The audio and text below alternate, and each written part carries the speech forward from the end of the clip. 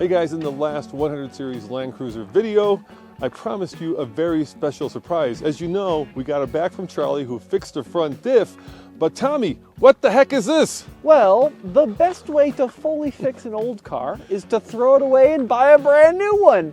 So we haven't thrown the old one away, but we did buy a 2025 Toyota Land Cruiser in Heritage Blue, and in this video we're going to tell you why we bought a 250 Series Land Cruiser, and then in the next one we'll get them side by side and see what's what. All right, so why did we buy this, Tommy? Let's start with the fact that I love this color. Tommy, you remember a year ago when we bought the 4Runner? I sure do. What color was that? I don't even remember. It was like refrigerator white or something, wasn't it? Exactly, but the plan back then was actually to buy a Land Cruiser, but the only color they had was in that white color. And so instead of buying a white Land Cruiser, we ended up buying a white 4Runner because the 4Runner was newer. But my heart had always wanted a Heritage Blue Land Cruiser, especially in this spec. Yeah, this is really cool because it's got the white roof, the blue exterior paint, and the brown interior.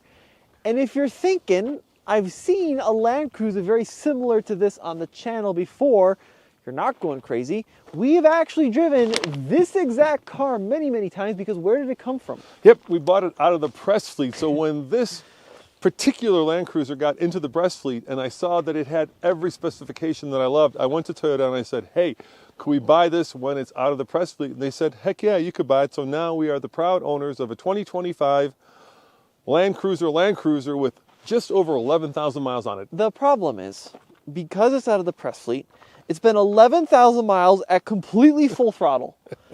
I bet this thing has gotten air because journalists are notorious for not being particularly nice to their press car. So I'm really curious to see how this thing's going to hold up for us. Well, we already did the first modification. Let's show them that. Now, you might remember that when you first saw videos on this car, it was rolling on pretty boring looking rubber, but our friends over at BFG has sent us a set of KO3s, and then my dad was very clever in how he picked his KO3s. He actually went up a size. So this is a 275 width instead of a 265, and it has done a tremendous amount to the overall look of this car.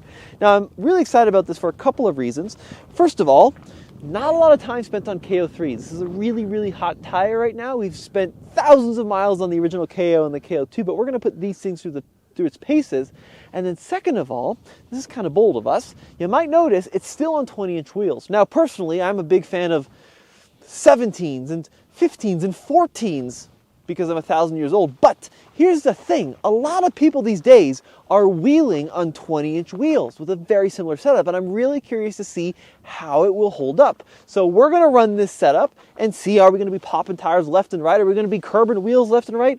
Or is this a good compromise for a modern vehicle? Yeah, and I'm a big fan of being able to compare vehicles. And the second you lift the Land Cruiser or you switch it to a different wheel and tire combination, then it no longer becomes all that stock. And so when we do have vehicles from the press fleet that compete with this, a lot of you guys would be like, hey, that's not apples to apples. And so instead, we basically kept the same wheel size and just went up one size on the tires. There you go. So we'll keep you in the loop. And if these tires are good, I'll let you know. If they're bad, I'll let you know. And if we are popping sidewalls left and right, as I'm pretty good at doing with 20-inch wheels, insert clip here. G'day!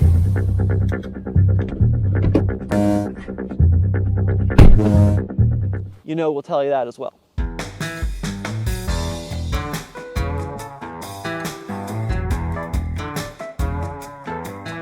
Tommy, I've got a bit of a confession. While you were gone this weekend, I actually off-roaded it.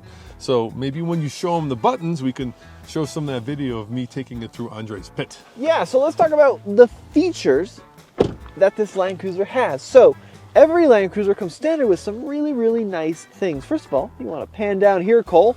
Every Land Cruiser has a full-time four-wheel drive. So unlike the 4Runner, where the vast majority you have to select 2 high or 4 high, in this it's always essentially locked into a full-time system with a Torsen limited slip center diff, which is very cool. And then of course it's got the low range.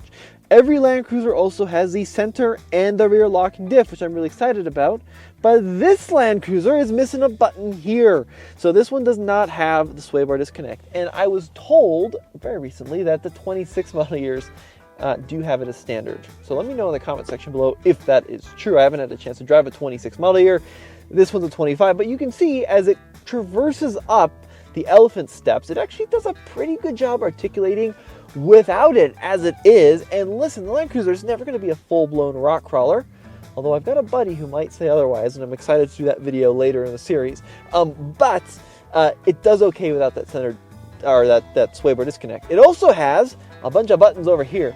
Toyota's got a little crazy with the sheer number of modes that you can spec in this thing. So we do have sport, on-road modes, normal, and eco, if you want to save a little bit of gas, but you also have multi-terrain select here, and then with multi-terrain select, they can select a huge number of off-road modes: deep snow, mud, sand, dirt, auto, and I think if I go into low range, there's even a rock setting and a mud setting, which is very cool. And then it also has crawl control and downhill assist. My gosh, there's a lot of options in this thing. So we have no shortage of buttons to play with as we take this thing off-road. I think that's pretty fun. Tommy, I got one more confession. This weekend I also took the old 100 series off-road, and one of the reasons I thought we should buy this is because, of course, a lot of people out there don't believe that this is a true Land Cruiser. It doesn't have a V8. In fact, it's the 250, and if you did want the Land Cruiser, you'd probably get the Lexus LX. But I think one of the first videos we have to do is to compare this directly to the old 100 series. What do you think? Yeah, that's right. I mean, I think there's a huge following for the older cruisers. 100 series is arguably the most affordable of the older cruisers, and this is a $70,000 MSRP vehicle, right? So it's going to be really interesting to see what did we pay for that old Land Cruiser? $12,000. $12,000 does, well, against a $70,000 off-roader. Of course, now our $12,000 Land Cruiser is like a $14,000 Land Cruiser because I blew up the front end. But yeah, that should be a really cool video, and I'm really excited to get this thing out on some tougher terrain. Yeah, and you've got basically a hybrid 4-cylinder versus, one of the most venerable, one of the most loved V8s ever coming out of Toyota. What the hell is this? 0W20? What, are we running olive oil in this thing? That's all the new engines. That's crazy. Yeah, the tolerances are so tight, you don't really need very heavy engine oils. Now, driving this thing around for a week, you get a good sense of what the vehicle's like, but you don't really get a great sense of what it's like to live with, and especially overland. And this Land Cruiser has a rather weeny 17.9 gallon fuel tank, and I've heard a lot of people complain about the fuel range, so it'll be interesting to see for ourselves what that means off-road. I'm also seeing this stat, premium unleaded, and in this day and age, that means this could be expensive to run in the long term. So let's see how this thing does on gas during our ownership. Hey, Tommy, what do you call this thing? That right there is the tow diaper. The reason we remove the tow diaper is because the first thing we'll be doing with this is we're actually going to be towing with it. A lot of people have been less than enthralled by its towing ability. So the first thing we're going to do, Tommy, is we're going to compare it to the Palisade XRT on the Ike. And that video is coming up very soon over at alltfl.com. Tommy, what's the ground clearance on this? Well, what's interesting about these is Toyota only lists it at about 8.6, 8.7, which is not a lot, but I think in the real world you're going to find it's plenty for 98% of what you want to do with them. Well, the other issue, of course, is that all Land Cruisers have had a third row, and yet no third row. Yes, that's a great point. But you can get the GX? The sister car to this, the Lexus GX is available in a third row. And that's another video I'm really excited to do, is to get the Lexus right next to its baby cousin and then get it out on some trails and see how does that twin turbo Lexus compare to the hybrid Toyota. What are the pros and the cons? And now that we have some upgraded rubber on this one, it'll be more of a direct comparison to the Overtrail, which comes standard with off-road rubber. So that should be really cool. Except the off-road one, the Overtrail, doesn't come with a third row. That's true. So you're stuck either way. You got to go up to the LX, which is 120,000. All those comparisons are coming, but the one I'm really excited about, Tommy, is comparing this to the 100. Tommy, there were two things I like about this Land Cruiser a lot better than the 4Runner. First and foremost, I like the interior better. It just feels more expensive. Yeah, especially with this brown and the white contrast. Java.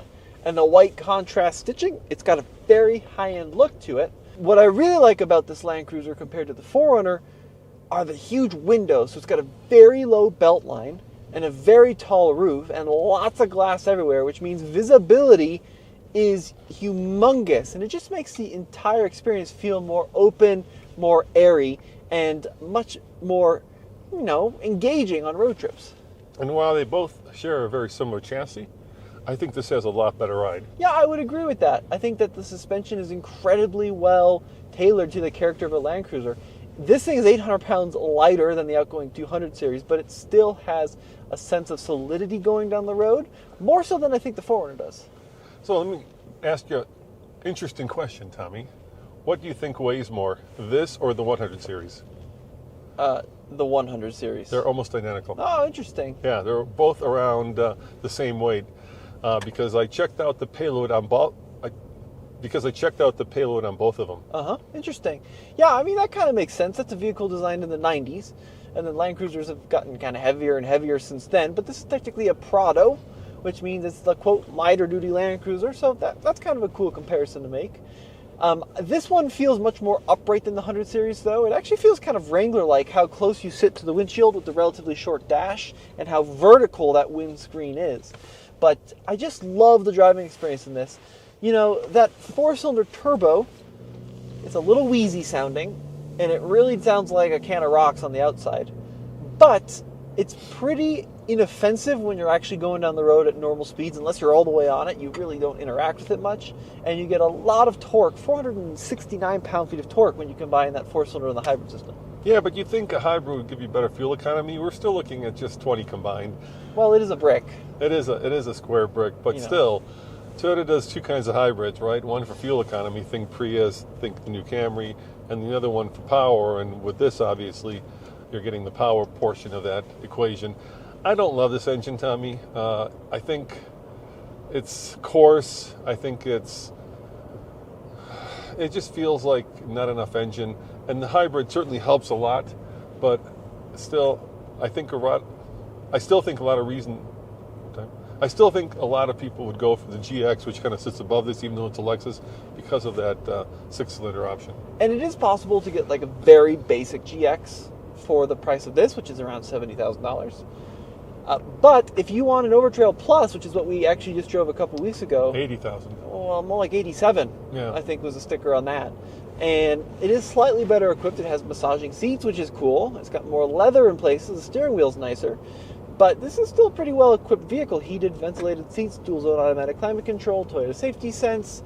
It's got pretty much everything you'd expect from a luxury make, but with that Toyota badge. Yeah, I've got a heads-up display right there. I've got a video mirror. I've got a cool box, Tommy. I know, very fancy. Look at that, a cool box. You know you're in a Land Cruiser when you can keep your drinks nice and cold. So what's great about this, and what I'm really excited about, is I think that the 100 Series comparison will be fun, but we can compare this, especially now that it's on decent tires, to like a Wrangler would be awesome. I'd love to do that GX comparison. I'd love to get a Defender in there. I think that would be really cool to see. So we've got tons and tons and tons of options as to what we can do with this Land Cruiser, and I'm just excited to get it out on some more trails and live with it. How about Land Cruiser versus Wrangler versus Bronco versus Red Cone? There you go. That's a heck of a video. Versus Grenadier. You're forgetting my baby in there. Yeah, the Grenadier. Now we're talking.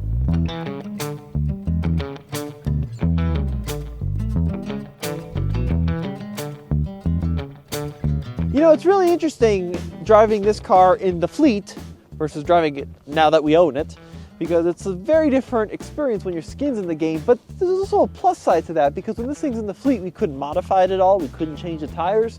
We couldn't damage it or scratch it in any way. Well, we could have, but it would have been bad. It would have been bad, but now it's bad in a different way because it's our money on the line. So the question is, will I be able to drive a Land Cruiser more than 50 feet down a trail without exploding something? That is yet to be seen, but will be seen in this video series. So I say the next thing me and you do is we go find a rough trail, we throw on some better rubber on the 100 series, yeah, and we do a comparison, a TFL comparison, old versus new. And you drive the old one because I have bad track records with the new one. The old one. I'll take the new one. You say you'd rather break this? Yes, that's right. All right. Come back next time when we'll try not to break an old and a new Land Cruiser. Ciao.